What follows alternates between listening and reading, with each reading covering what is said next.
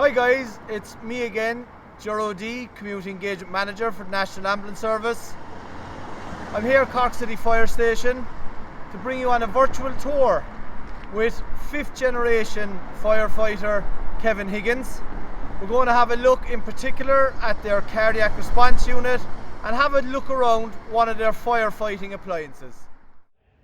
Hi, my name is Kevin Higgins. I'm here in Cork City Fire Brigade in Angus Street in the centre of Cork City, and I'm going to take you on a tour of the fire station for the CFR Respond Conference. This is our senior officer's Jeep, the Tango one. This responds to all incidents where 3 pumps or more are responding. So the senior officer will travel in this unit here. This is our specialist rescue unit, which we send to every road traffic collision, river rescue and hazardous material incident. It has a winch at the front that can take 5 tons and a 10-ton winch at the back. We also have our HIAB, which we can use to remove people from the water, remove cars at a road traffic collision, etc. There's no firefighting capability at all. It's all rescue equipment, highline rescue equipment, and specialist chemical rescue. This is our Echo 1. This is our high reach appliance. It's an aerial ladder platform made by Bronto Skylift. It can get up to 32 meters height. We can use this for firefighting or to rescue people from windows if there's a tall building involved in fire. If you move down this way, these are the workhorse of our fleet, our alpha appliances or our pumps. These respond to every appliance. So at the moment, due to COVID restrictions, we're also sending a Jeep. So we, instead of a crew of 6 on the pump, we have 4 on the pump and 2 on this Jeep, which we call a follow-on Jeep. Over this way, we have our spare appliances, our spare platform, and our spare rescue tender. And then here is what we call our cardiac unit, which responds to every cardiac arrest that we get here in Cork City, of which we get about 214 a year.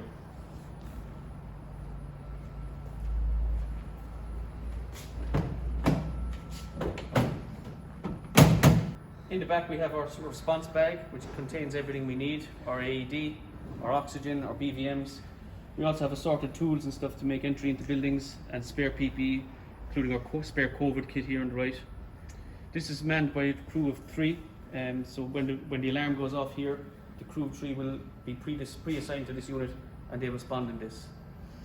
So this is our cardiac arrest unit. Charlie Oscar 11 Lima 1 is what we know it as. It's an all-electric Renault Kangoo van. Range is about 65 kilometers.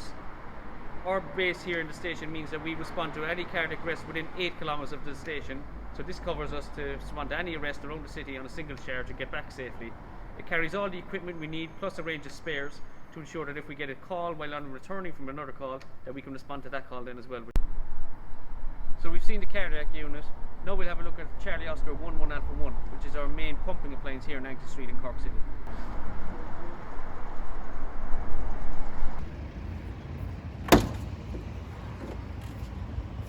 So in the back of the cab here we have our breathing apparatus.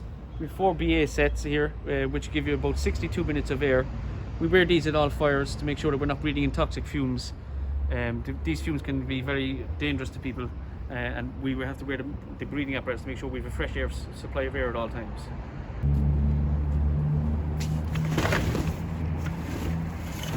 So this locker contains a lot of our smaller gear, axes, sledgehammers and forcible entry tools.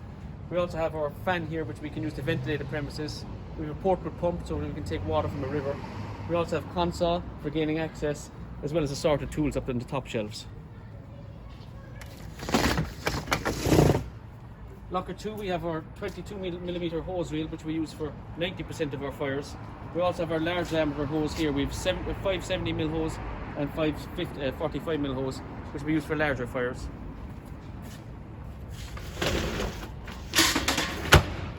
Here in Locker 3 we have a lot of our fire extinguishers. We have our attachments for the hose. So these are the parts that go onto the end of the hose. We also have different connections here that attach onto the pump system. Up on the roof we have our 13.5 metre ladder, our 10.5 metre ladder and our roof ladder. And this is where the brains of the pump is. So this is where the driver will come when there's a fire to operate the pump. We have 3 deliveries here as well as 4 inlets, and these allow us to take water from a river or from a hydrant system. We've 1,800 litres of water in a tank carried on board, which gives us about 2 minutes of water with our largest diameter hose.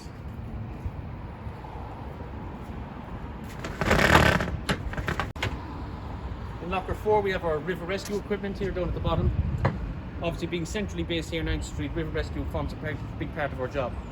We have our foam making equipment here in the middle shelves, as well as our standpipes so that we can take water from hydrants.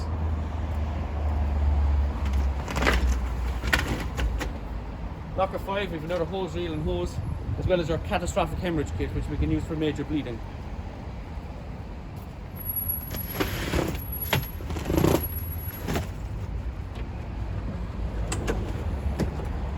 Finally, we've locker 6, where we keep our road traffic collision gear.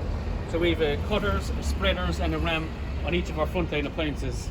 These are now battery operated, doing away with the hydraulic hoses that we used to have before. We also have sorted kits here for thermal image cameras and airbag systems for lifting up vehicles that have been involved in a collision. Every square inch of storage is used. We have storage under seats, and also at the rear here of the front compartment.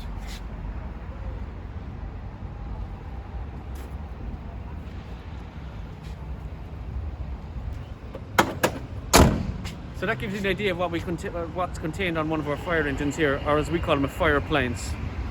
This is our muster area. This is where we all come when the bells go off.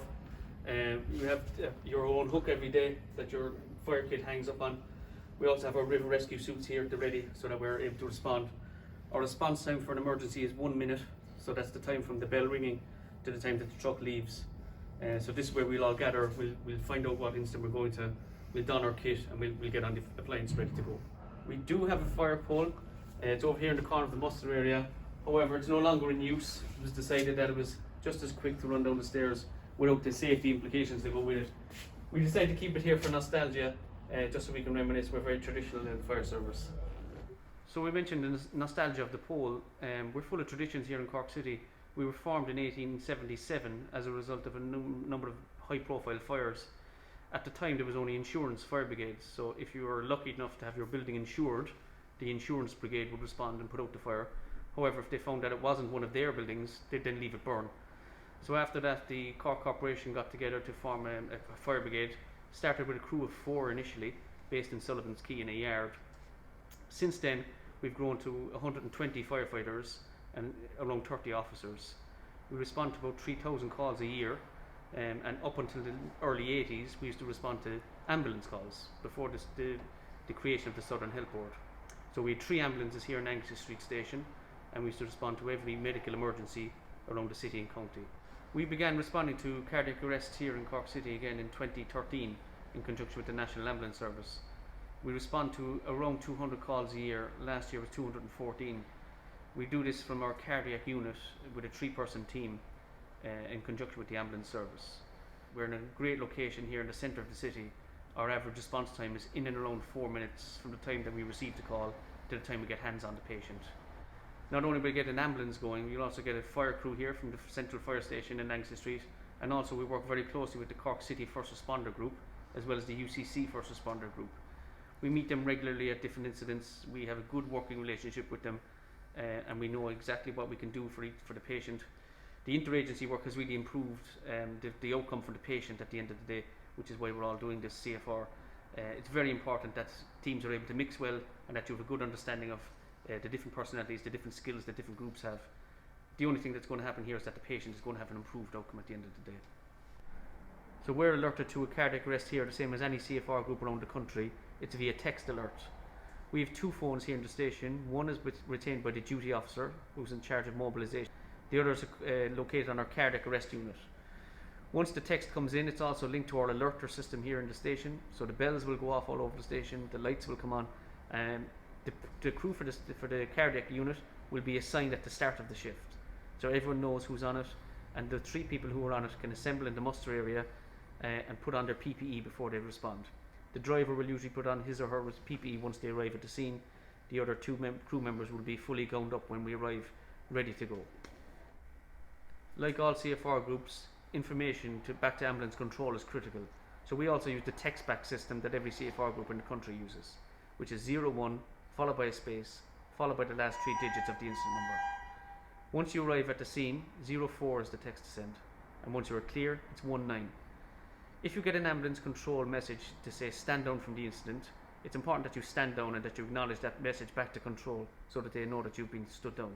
This is important for the safety of yourself and also your crew members that are responding with you. Our main goal when we finish at a cardiac arrest is to ensure our own safety and ensure that our PPE is disposed of carefully. To help with this, we've set up a decontamination tent at the rear of our station here in Anxley Street. When we come back from a positive case, we'll go into the decontamination tent and we have a change of clothes there ready to wear. So we wear a coverall suit, we wash our uniforms then at 60 degrees to make sure that they're washed and decontaminated. And then we'll also put on a fresh mask and gloves and sanitize our hands before and after. COVID-19 has obviously have a big impact on everyone in society. The fire service is no different. We've had to change our procedures, change our planning, and it means that everything has to be done very carefully. We have to be very cautious of COVID, in particular with our cardiac arrest calls. So usually we'd respond to calls in our work rig, in our uniform like I am here. Unfortunately now with the COVID we have to make sure that we gown up, make sure that our PPE is number one, because our own safety has to be our main priority. So our aprons have to go on, our gloves, our masks and our goggles have to be on for every call. This obviously has an impact on our response time. However, we're still out the door here within a minute of receiving a call for a cardiac arrest. This is obviously very important for all CFR groups to make sure that your PPE is working, that you have enough of it, and most importantly that you know how to put it on and that you know how to take it off afterwards in a safe way in order to protect yourself and your colleagues. You can see here then this is the high pressure stage. So this is where the high pressure water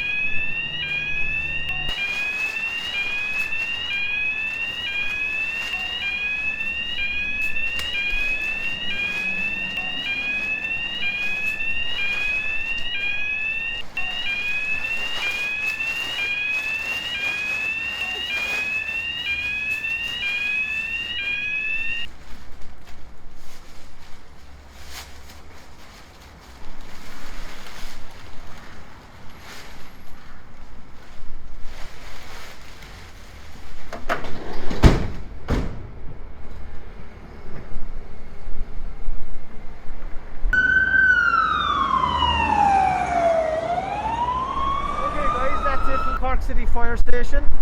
Big thanks to Kevin and the crew. I hope you enjoyed the tour. Enjoy the rest of your conference.